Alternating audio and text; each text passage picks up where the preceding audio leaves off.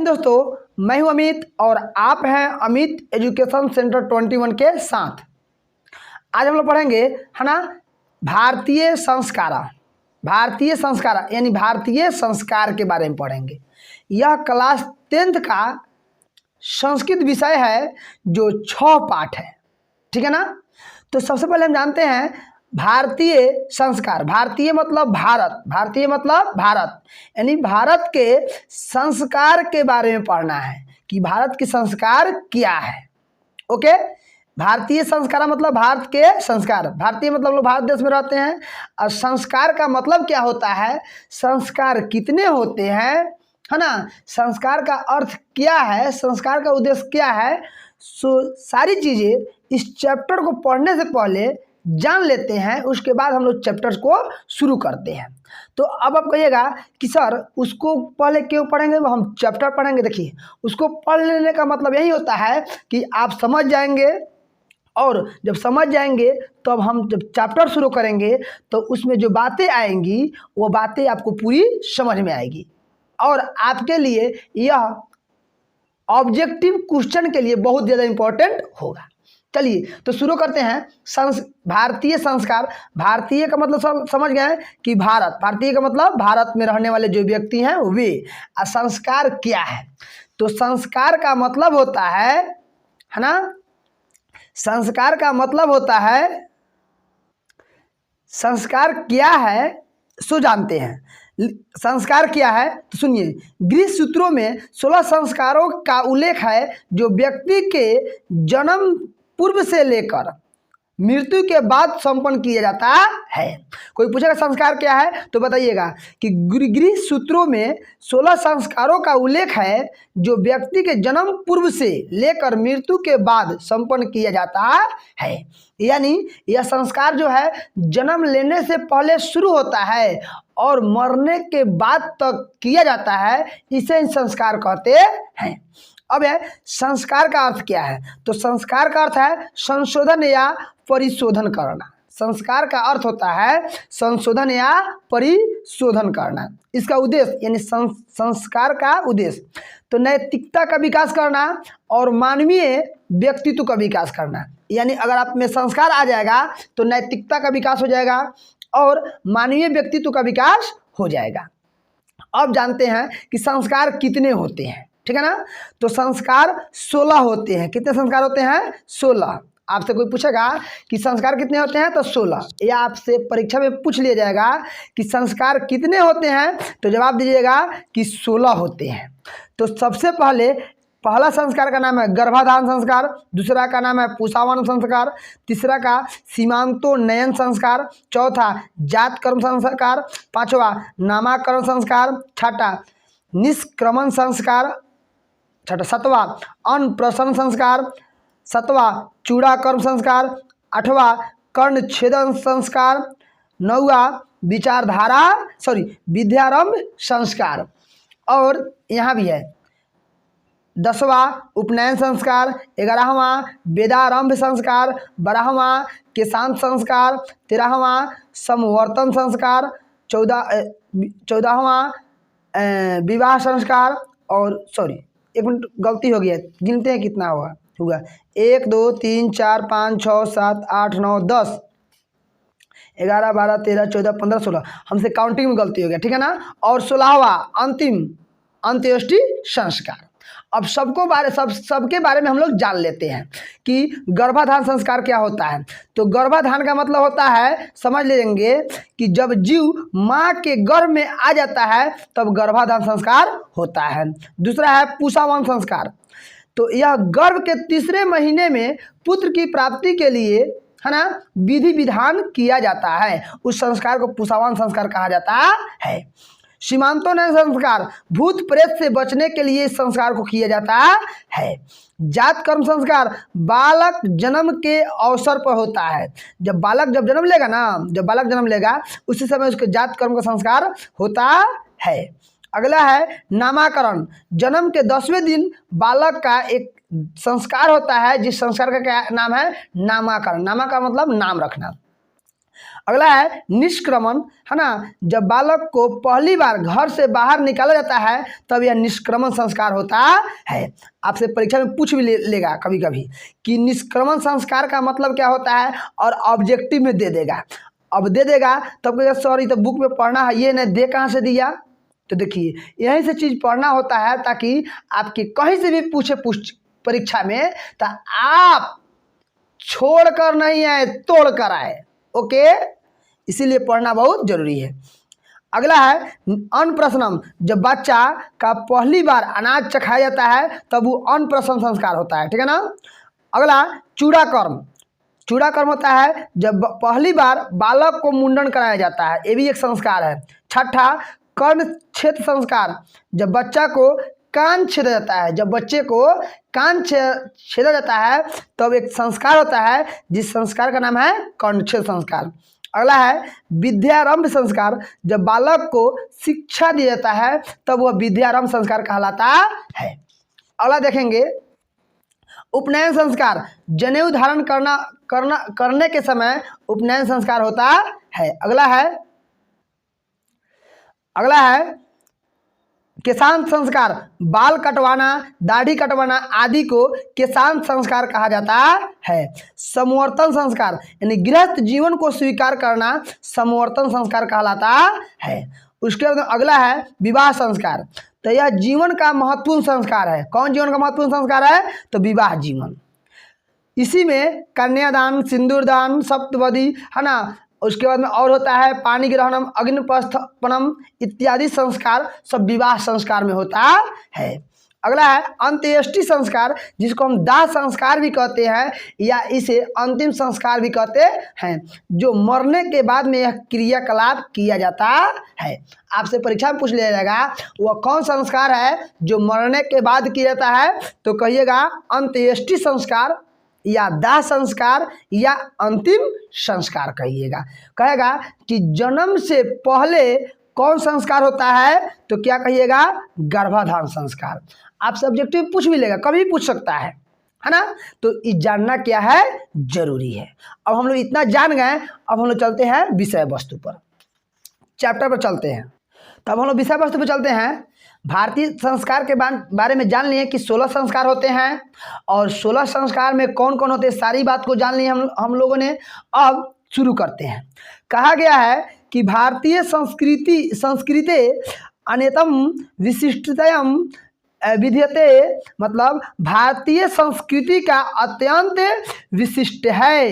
यत्य मतलब कि जीवने यह समय समय संस्कार अनुष्ठिता भवन्ति, कि जीवन में समय समय पर संस्कार मनाए जाते हैं। अधः संस्कार शब्द सीमितो व्यंग रूप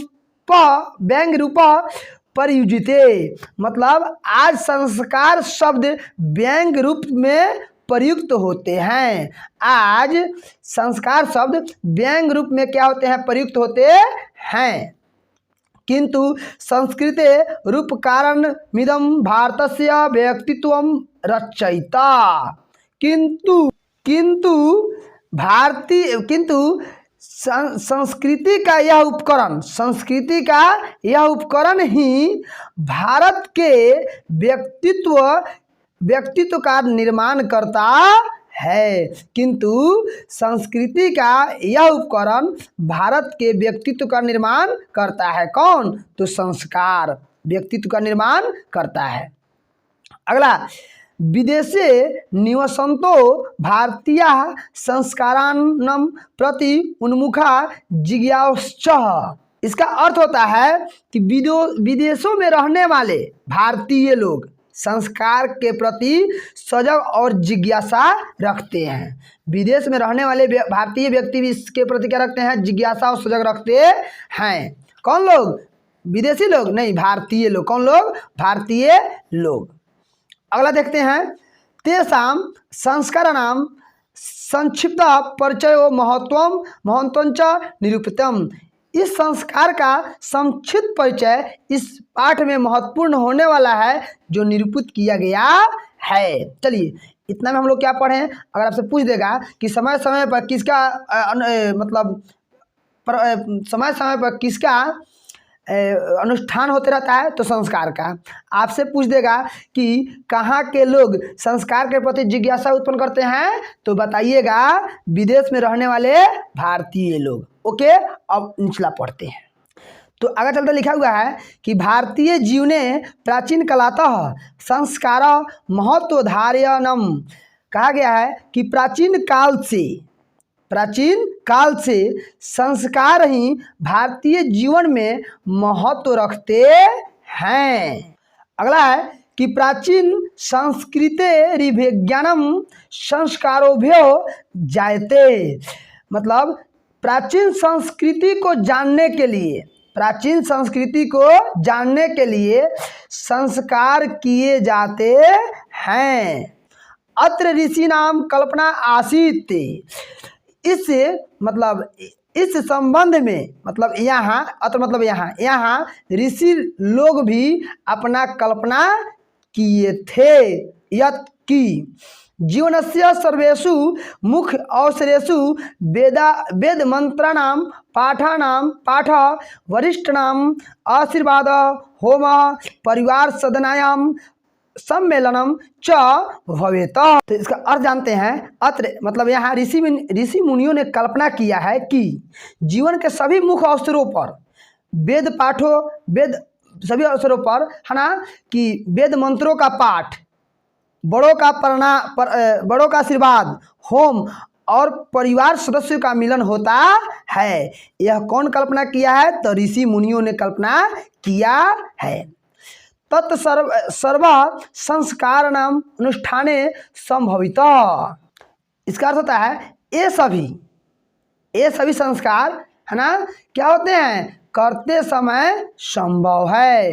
ये सभी जितने भी सारे मतलब आपके संस्कार हैं यह संभव होता है। एवं संस्कार महत्व धारयन्ति। यह संस्कार बहुत बड़ा महत्व रखता है। किंच संस्कार से मौलिक अर्थ परिमार्जन रूप गुण धनाय रूप च न विस्मय अर्थे। तो इसका अर्थ जानते हैं। किंतु संसार का मौलिक अर्थ पवित्रता, शुद्धता और मनुष्य के गुणों को निरूपित करता है।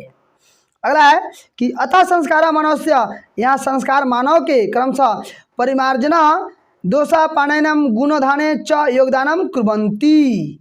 इसलिए संस्कार का है ना मानव का शुद्धता, दोषों को दूर करना और गुणों को निरूपित करने में सहायक होता है। कौन सहायक होता है?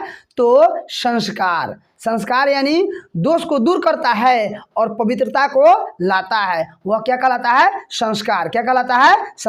अगला हाँ तो आगे देखते हैं दोस्तों। संस्कार प्रायः पंच विधा संति। संस्कार के प्रायः 5 प्रकार होते हैं। जन्म पूर्व अस्त्रत्रय शैशव षट शैक्षणिका पंच गृहस्थ संस्कार विवाह रूप एक मरणोत्तर संस्कार चयकः। कहा गया है कि जन्म से पहले त्रय यानी 3। जन्म से पहले कितने होते हैं? 3। शैशव में 6 होते हैं, शैक्षणिक में 5 होते हैं और गृहस्थ संस्कार यानी विवाह रूप में 1 और मरने के समय में 1। एवं षोडश संस्कार भवन्ति। यह 16 होते हैं। कितने होते हैं? 16। चलिए गिन लेते हैं। जन्म से पहले 3 1 6 9 हो गया, अब 5 14 हो गया, एगो विवाह के समय में 15 हो गया, एगो मरने के समय में 16 हो गया ना, यानी 16। बात सही है। कहा गया इसमें कि जन्म पूर्व संस्कारेषु गर्भाधानम पुष्पवनम सीमांतोनयनम चेति त्रयो भवन्ति।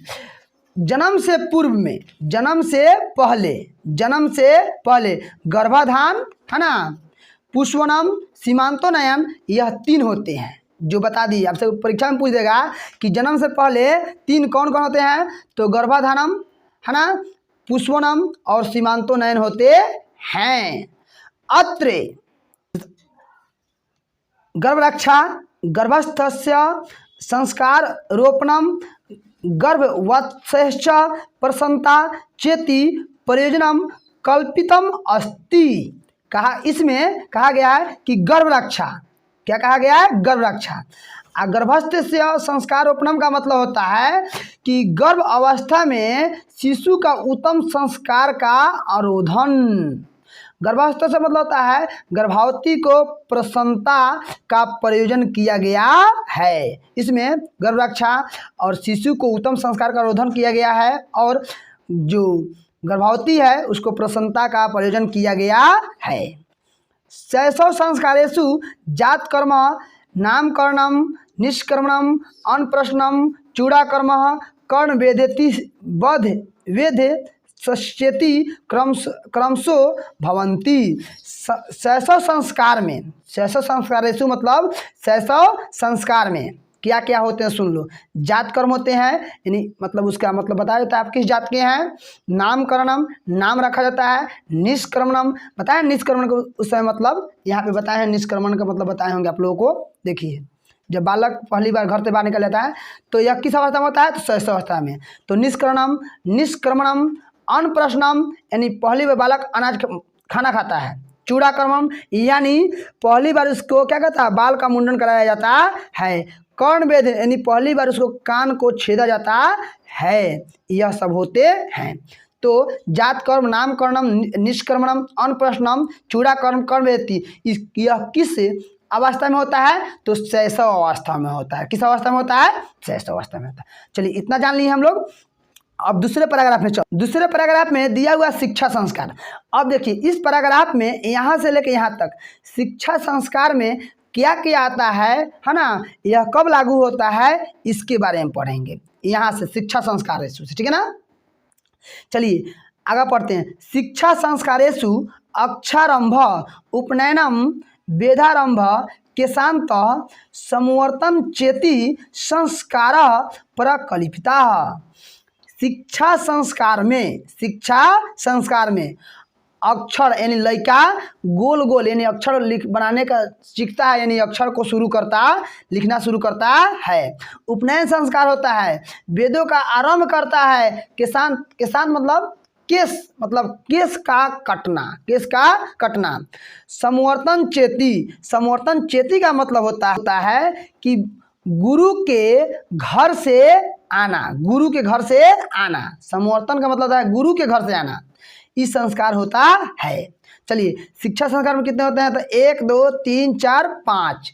शिक्षा संस्कार में अक्षरम उपनयनम वेदारम केशांत और संवर्तन होता है। आपसे परीक्षा में पूछेगा कि शिक्षा संस्कार में कौन कौन होता है, तो जवाब दीजिएगा अक्षरम उपनयनम वेदारम केशांत और संवर्तन। सबका मतलब बता दिए हमने। अब चलिए अब एक एक करके पढ़ते हैं। अक्षरारंभे अक्षर लेखनम अंक लेखनम च शिशु प्राप्ते। अक्षरारंभ में यानी अक्षर लिखने के समय में बच्चा जो होता है अक्षर को लिखता है, अंक को लिखने की जिज्ञासा बढ़ाता है, यानी सीखने की चेष्टा करता है। किसमें? तो अक्षर लेख में। उपनयन संस्कार से अर्थ, उपनयन संस्कार का अर्थ होता है, यहाँ पे उपनयन संस्कार का अर्थ होता है कि गुरुना शिष्यस्य स्वगृहे नयनम भवति। कि उपनयन संस्कार का अर्थ होता है कि गुरु शिष्य को अपने घर ले जाते हैं। उपनयन संस्कार का मतलब क्या होता है कि गुरु शिष्य को अपने घर ले जाते हैं। उपनयन का मतलब गुरु अपने शिष्य को घर ले जाते हैं, और संवर्तन के मतलब वह जो शिष्य है गुरु से अपने, गुरु के घर से अपने घर आता है। कंफ्यूजन न कीजिएगा, पूछेगा उपनयन संस्कार का मतलब, तो जवाब दीजिएगा कि गुरु शिष्य को अपने घर ले आते हैं, गुरु शिष्य को अपने घर ले आते हैं। और संवर्तन का मतलब हो गया कि शिष्य जो है गुरु के घर से अपने घर आता है। सीधी सी भाषा में जानेंगे, उपनयन का मतलब होता है कि बच्चा जब गुरु के घर जाएगा तो उपनयन संस्कार, और जब बच्चा गुरु के घर से अपने घर आएगा है ना, तब वह संवर्तन। आप समझ गए होंगे। आगे देखते हैं। तत्र शिष्य शिक्षा नियमानम पालनम अध्ययनम करोति। तत्र मतलब वहाँ, वहाँ शिष्य शिक्षा का नियम पालन करके, शिक्षा का पालन करके अध्ययन करते हैं। ते नियमा ब्रह्मचर्य वर्ते संविशिष्टा। कहाँ की कहाँ, ये सब नियम ब्रह्मचर्य में समाहित हैं। ये सब नियम कहाँ समाहित? ब्रह्मचर्य में समाहित हैं। प्राचीन काले शिष्य ब्रह्मचारी इति कथयते। प्राचीन काल में शिष्य को ब्रह्मचारी कहा जाता है। गुरु गृह एवं शिष्य वेदारंभ करोति सम। गुरु गृह यानी गुरु के घर ही शिष्य वेद का आरंभ करते हैं। वेदानां महत्वम प्राचीन शिक्षायाम उत्कृष्टम मन्यते अस्म। तो इसका अर्थ होता है कि वेदानां महत्वम प्राचीन शिक्षायाम उत्कृष्टम मन्यते अस्म, कि वेदों का महत्व प्राचीन शिक्षा में उत्कृष्ट माना जाता है। केशांत संस्कारे गुरु गृह एवं शिष्यस्य प्रथम सौरकर्म भवति अस्म। केशांत संस्कार में गुरु गृह के घर ही प्रथम सौर कर्म होता है। क्षौर कर्म का मतलब होता है मुंडन करना। क्षौर कर्म का मतलब क्या होता है? मुंडन करना। यानी केशांत का मतलब केस काटने वाला भी संस्कार। केस काटने वाला भी संस्कार गुरु के घर ही होता है। केस काटने वाला संस्कार कहाँ होता है? गुरु के घर ही होता है। अत्र गोदानाम मुख्य कर्म। यहाँ गोदानाम मुख्य कर्म है। गोदानम का मतलब होता है गाय को दान करना। यहाँ गोदानम का मतलब होता है गाय को दान करना। अतः साहित्य ग्रंथेषु अस्य नामांतरम गोदान संस्कारो अपि। अतः अब साहित्य ग्रंथों में इसका नाम गोदान संस्कार है। गोदान का मतलब होता है गाय को दान करना। अगला है संवर्तन संस्कार उद्देश्यम शिष्यस्य गुरुगृहातम गृहस्थ जीवने प्रवेशे। संवर्तन संस्कार का उद्देश्य होता है ना, शिष्य गुरु के घर से अपने घर आकर अपने गृहस्थ जीवन में प्रवेश करना। संवर्तन का मतलब उस समय बताया ना, वही मतलब होता है गुरु के घर से अपने घर आ जाना और अपने घर का काम है उस घर के काम में लग जाना, यानी अपना जीवन शुरू करना। कंफ्यूज नहीं होइएगा। उपनयन का मतलब बच्चे गुरु घर जाते थे, और संवर्तन का मतलब हो गया कि बच्चे गुरु के घर से अपने घर आना और अपने गृहस्थ जीवन को जोड़ना। शिक्षा अवसने गुरु शिष्यानम उपदेश्यम गृहम प्रेषयति। शिक्षा समाप्ति के बाद गुरु शिष्य को उपदेश देते थे। उपदेशेषु प्रायः जीवनस्य धर्म प्रतिपादयन्ते।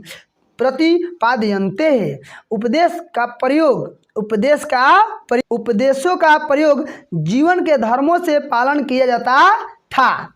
यथा जैसे बताया गया है, सत्य बोलो, धर्मचरः, स्व अध्यानम, प्रमाद इत्यादि। गुरु जी बताते थे कि सत्य बोलो, धर्म पर चलो, धर्म का आचरण करो, स्वयं अध्ययन करो इत्यादि गुरु जी बताते थे। कब बताते थे? तो जब बच्चे गुरु के घर से अपने घर आते थे तब बताते थे।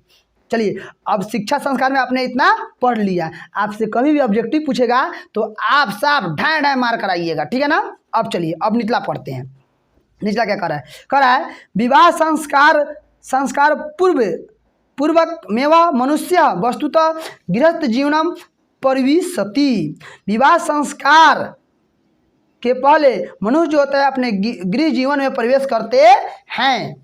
विवाह पवित्र संस्कार मतः, विवाह जो है पवित्र संस्कार माना गया है। यत्र नाना विधानी कर्म कांडानी भवंती। इसके अनेक कर्म होते हैं, अनेक काम होते हैं, अनेक कांड बताए गए हैं, होते हैं।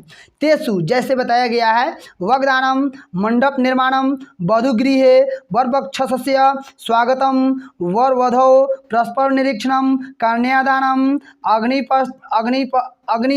स्थापनम, पाणिग्रहणम, लाजाहोमम, सप्तपदी, सिंदूरदानम इत्यादि। कहा गया है कि जो विवाह संस्कार में जो होता है वो भी अनेक कर्म होते हैं, अनेक काम होते हैं। जो पहला है वगदान होता है, मंडप निर्माण होता है, वधुगृह होता है, वर पक्ष से स्वागतम होता है, वर वधौ परस्पर निरीक्षणम होता है, कन्यादानम होता है, अग्नि स्थापनम होता है, पाणी ग्रहणम होता है, लाजा होम होता है, सप्तपदी होता है, सिंदूरदान होता है इत्यादि बताया गया है। सर्वत्र समान रूपेण विवाह संस्कारस्य प्रायेण आयोजनम भवति। सर्वत्र सभी जगह समान रूप से विवाह संस्कार का आयोजन होता है। सभी जगह पे समान रूप से विवाह संस्कार का आयोजन होता है। तदनन्तरं गर्भधानायां संस्कारः पुनर्वर्तन्ते जीवन चक्रम च भ्रमति। तदनन्तरम इस प्रकार गर्भधान से लेकर के यह संस्कार जो होता है, यह जो संस्कार जो होता है जीवन चक्र ऐसे ही चलते रहता है। पहले गर्भधान होगा, फिर बच्चा होगा, फिर उसका मतलब शिक्षा संस्कार होगा, ऐसे करते करते फिर उसका शादी होगा। यह जीवन चक्र चलते रहता है। अगला है मरणादंतरम अंत्येष्टि संस्कार अनुष्ठियते। मरने के बाद में एक संस्कार होता है जिसे अंत्येष्टि संस्कार कहा जाता है। इसको दाह संस्कार भी कहते हैं या इसको अंतिम संस्कार भी कहते हैं। एवं भारतीय जीवन दर्शन से महत्वपूर्ण मुपादनम संस्कार इति। यह भारतीय जीवन दर्शन का बहुत महत्वपूर्ण संस्कार होता है। कौन? अंत्येष्टि संस्कार। ओके, अगर आप सारे चैप्टर को समझ गए होंगे तो इससे हम ऑब्जेक्टिव बनाएंगे और ऑब्जेक्टिव आपको बना करके हमारे कमेंट में कमेंट करना होगा। चलिए अब इसी में हम प्रश्न उत्तर कर लेते हैं। ऑब्जेक्टिव, ठीक है ना, सॉरी मौखिक प्रश्न उत्तर। इसी में हम लोग मौखिक प्रश्न उत्तर कर लेते हैं, ठीक है। हाँ दोस्तों, हम लोग मौखिक प्रश्न उत्तर कर लेते हैं। कह रहा है इसमें संस्कार कति संति, संस्कार कितने होते हैं? तो संस्कार कितने होते हैं? तो 16। तो लिख देंगे यहाँ पे 16। कितने लिख देंगे? 16। कोई दिक्कत नहीं। अगला है जन्मतः पूर्व काति संस्कार भवंती। जन्म से पहले कितने संस्कार होते हैं? तो बताए थे ना, तो कितने होते हैं? तो त्रय यानी 3। कितने होते हैं? 3। अगला है शैशवे काति संस्कार भवंती। शैशव में कितने संस्कार होते हैं? शैशव अवस्था में कितने संस्कार होते हैं? तो 6। हम बताए थे ना कितने होते हैं? तो 6। तो यहाँ पे लिख लेंगे 17। क्या लिख देंगे? 17। अगला है कि हाँ तो दोस्तों, तो शैशवावस्था में कितने संस्कार होते हैं? 6। कौन कौन होते हैं? तो बताए थे ना पहले, जात कर्म, नामाकरणम, निष्क्रमणम, अनप्रशन, चूड़ाकर्म, कर्ण वेदती। यह 6 संस्कार होते हैं। अगला है कि अक्षरंभ कीदृश संस्कार।